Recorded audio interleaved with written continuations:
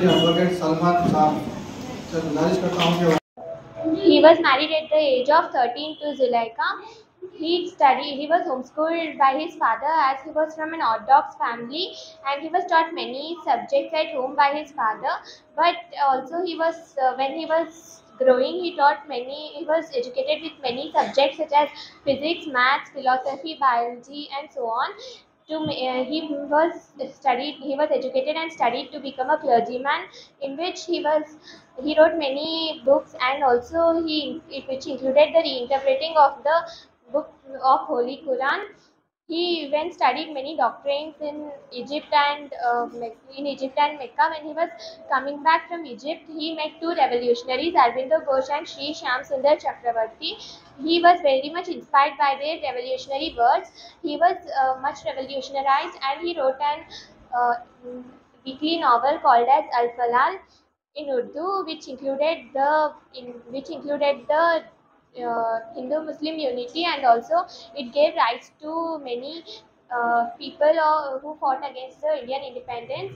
He even joined the Indian National Congress and even he became the education minister from 1947 to 1948 after the India got independence. We are so sorry to lose him on February 22nd, and he was even awarded the Bharat Ratna Award in 1999. So we are so sorry to lose him, and he was a very great personality who should be remembered, and we celebrate his birthday as the National Education Day. Thank you very much.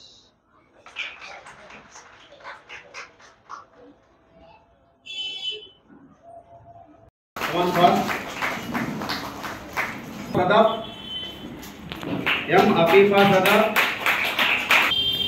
Nafisa Bano M Nafisa Husaina Sadaf R T Sarita Narendrachari K M Kirti Jain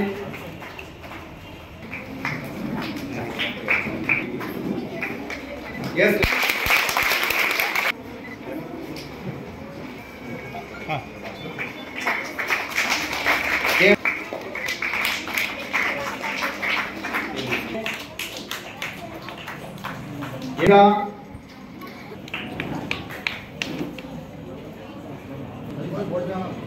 B Umesh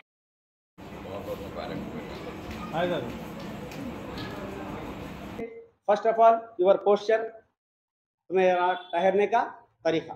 तुम्हारे पास 10 minute 15 minute बोलने का मादा है, बोलने के मादे के बावजूद भी तुम्हें हाथें ऐसा सहमते हुए ऐसा करते हुए पोस्चर है तुम्हारा रॉन्ग हो गया। जो बोलने की बातें दिमाग में आती वो भी चली आती। इंडिया का गुड स्पीकर कौन मालूम?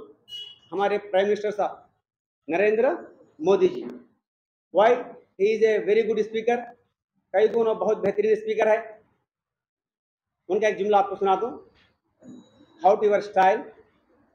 मेरे प्यारी माँ और बहनों, हिंदुस्तान ऐसा रुकती नहीं रहती। इसमें लॉजिक है। क्या इसमें?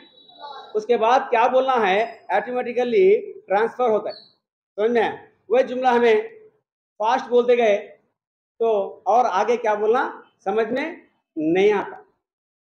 फर्स्ट ऑफ ऑल पोस्चर, उसके बाद सब्जेक्ट, किस मौजू पर आप बोलते हैं।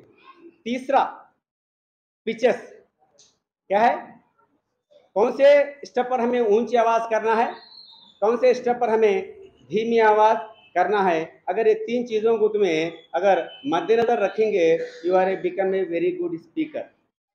You are a become a very good speaker. Well I am studying Kurnool. हमारे social sir AP Urdu residential school से अगर किसी को तकरीरी मुकाबले में भेजे को तो फर्स्ट प्राइज कन्फर्म। क्यों? ये तीन बातों पर अमल करते थे। एपी उर्दू रेसिडेंशियल से कर्नूल के पूरे टाउन के school Urdu medium school English में स्पीकिंग करती। उर्दू मीडियम स्कूल बच्चा जाको एजुकेशन इंग्लिश में पार्टिसिपेट करता है, but he got first prize. Why? Our teacher learn the type of expressions, the type of posture, the type of subject.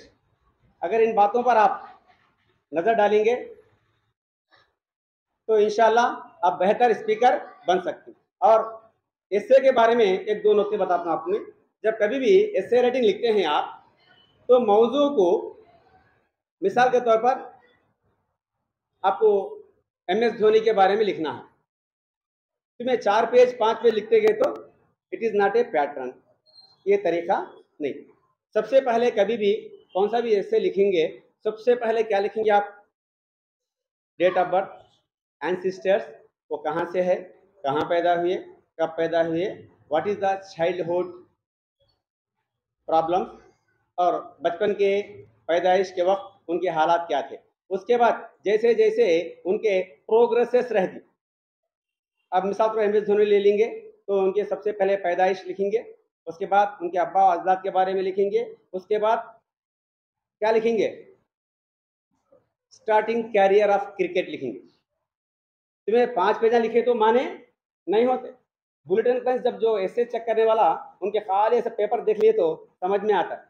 She had some talent, he had some talent, ऐसे देखते ही मालूम कर सकते हो. 4 page खाली से पलटा को उन्हें क्या करती, date of birth, very good, उसका क्रिकेट कैरियर, उसके बाद अचीवमेंट, उसके बाद क्या है, उसके बाद क्या है, स्ट्रगल कब हुआ, स्ट्रगल होने के बाद ओवरकम कब हुआ, ये तमाम. उसके बाद अवार्ड्स, रिवार्ड्स, उसके टेक्स्ट बुक्स वगैरह. ऐसा पैटर्न से लिखने को आगे तो हमें आसानी होती है, आपको लिखने में भी आसानी होती है.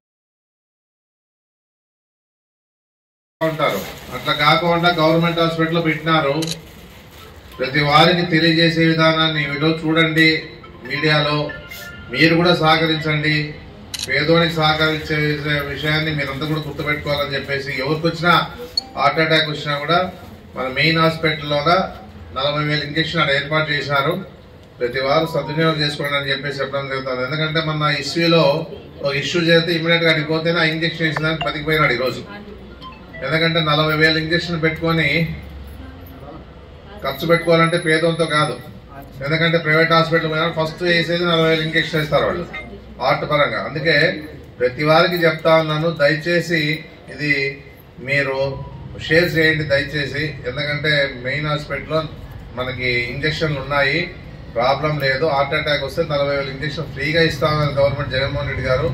ప్రతి వారు గుర్తుపెట్టుకొని సహకరించాలని చెప్పేసి నేను కోరుకోవడం జరుగుతుంది.